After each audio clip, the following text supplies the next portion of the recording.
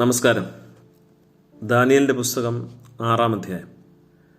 രാജാവ് അതികാലത്ത് എഴുന്നേറ്റ് ബന്ധപ്പെട്ട് സിംഹഗുഹയുടെ അരികെ ചെന്നു. വിശ്വാസധീരത വെളിപ്പെടുത്താനുള്ളതാണ് നോമ്പിൻ്റെ പ്രഭാതം. വിശ്വാസ സംരക്ഷണത്തെക്കുറിച്ചാണ് നാം ധ്യാനിക്കേണ്ടുന്നത് ഇന്ന് രാവിലെ. വിശ്വാസ സംരക്ഷണ സമിതികളുടെ കാലമല്ലാതിരുന്നത് ദാനിയേലിൻ്റെ ഭാഗ്യം. പ്രവൃത്തിയില്ലാത്ത വിശ്വാസം വ്യർത്ഥമെന്ന് തിരുവചനം നമ്മെ എന്നതുപോലെ അയാളെ കുറ്റം വിധിക്കുകയില്ല. നമുക്കറിയാവുന്ന പ്രകടനങ്ങളുടെയും സമ്മേളനങ്ങളുടെയും ഫ്ലെക്സ് ബോർഡുകളുടെയും സഹായത്തോടു കൂടിയുള്ള വിശ്വാസ സംരക്ഷണമല്ല ദാനിയേലിൻ്റേത്.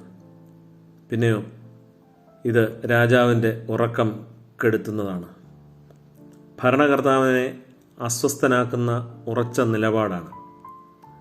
ഇത് സിംഹങ്ങളെ ഉപവസിപ്പിക്കുന്നതാണ്. വന്യതകളെ നിശബ്ദമാക്കുന്ന സുന്ദരമായ ഒരു ഇടപെടലാണ്. ഇത് പടുകുഴിയിൽ നിന്ന് കരേറ്റുന്നതാണ്. നിരാശകളെ ലജ്ജിപ്പിക്കുന്ന നിർമ്മലമായ പ്രത്യാശയാണ്.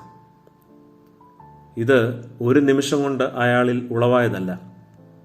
തൻ്റെ ബാല്യം മുതലുള്ള വിശ്വാസ ജീവിത സ്ഥിരതയിൽ നിന്നാണ് അത്.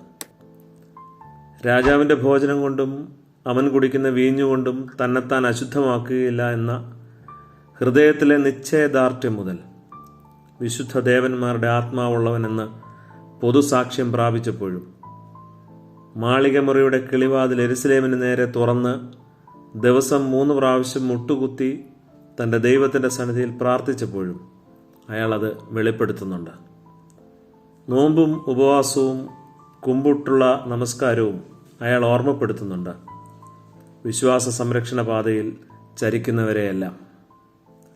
നമുക്കോ ഒരു തവണയെങ്കിലും പ്രാർത്ഥന നടക്കണമെങ്കിൽ ടെലിവിഷനോ ഇൻ്റർനെറ്റോ നമ്മൾ ഫ്രീ ആകുന്നതോ ഒക്കെ അനുവദിക്കണമെന്ന ഒരു നിലയിലാണ് ഇന്ന്.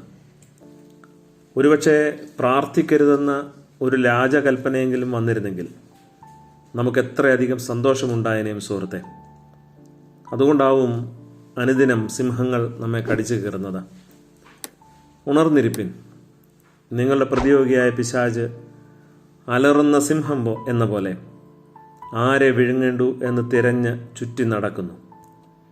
വിശ്വാസത്തിൽ സ്ഥിരതയുള്ളവരായി അവനോട് എതിർത്ത് നിൽപ്പിൻ. നമസ്കാരം.